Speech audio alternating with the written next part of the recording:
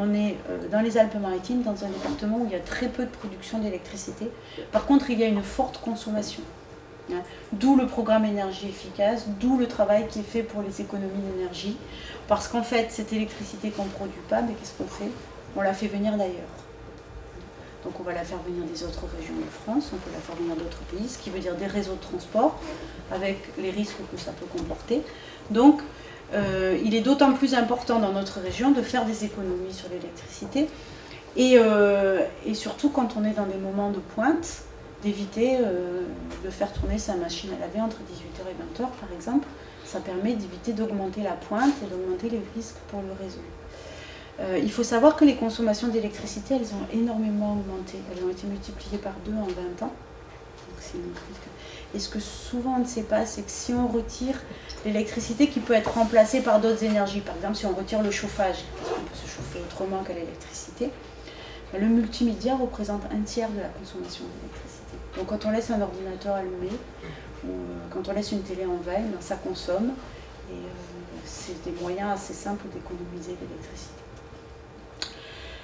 Donc voilà, je ne sais pas si ça vous parle, 300 MW de puissance installée et on produit 13% des besoins du département.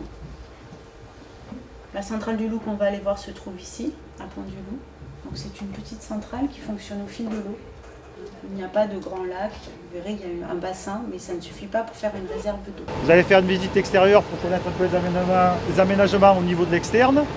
Une visite de l'intérieur de l'usine pour voir les groupes en exploitation.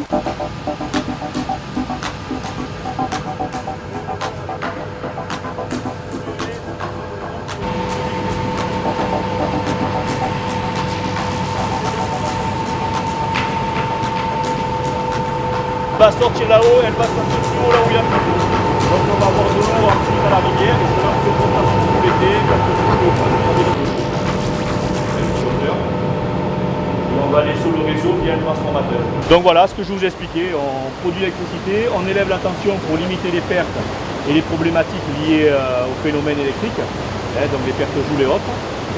Ensuite, cette tension qui est très élevée, elle va arriver aux abords des villes, des zones urbaines, des villages. Et elle va être retransformée en abaissant tout doucement la tension jusqu'à 20 000 volts et 220, 380 pour arriver jusqu'à chez vous.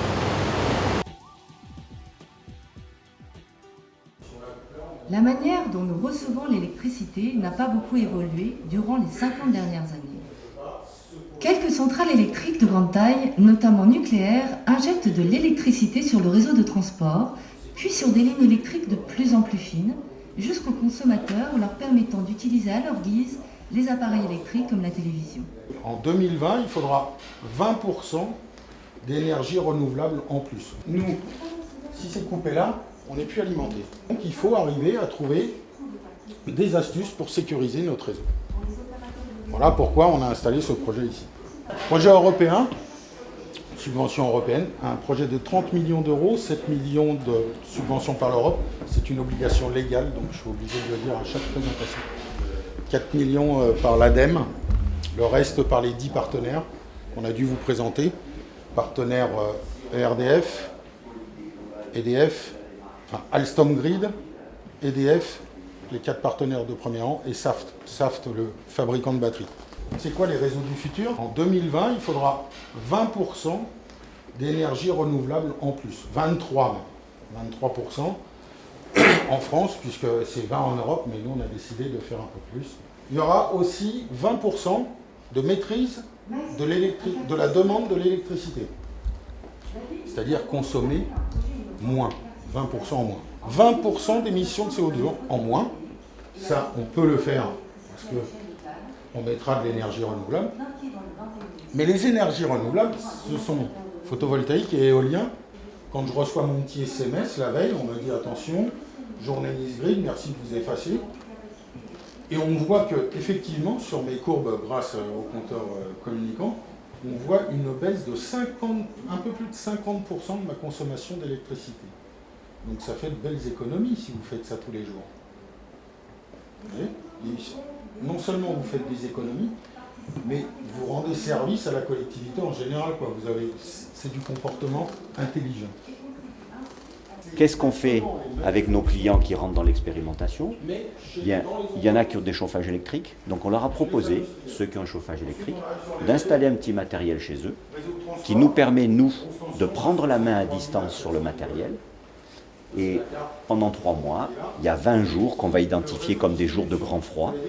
Eh bien, la veille, on va leur envoyer un SMS. Ça, c'est un domaine que maintenant tout le monde maîtrise. On va leur envoyer un SMS, on va leur dire « Bonjour chers clients, demain c'est un jour NISGrid ». En clair, ça signifie entre 18 et 20 heures, il va falloir essayer de réduire vos consommations. Et comme on a installé un petit système de pilotage de votre chauffage, le chauffage électrique va être coupé chez vous.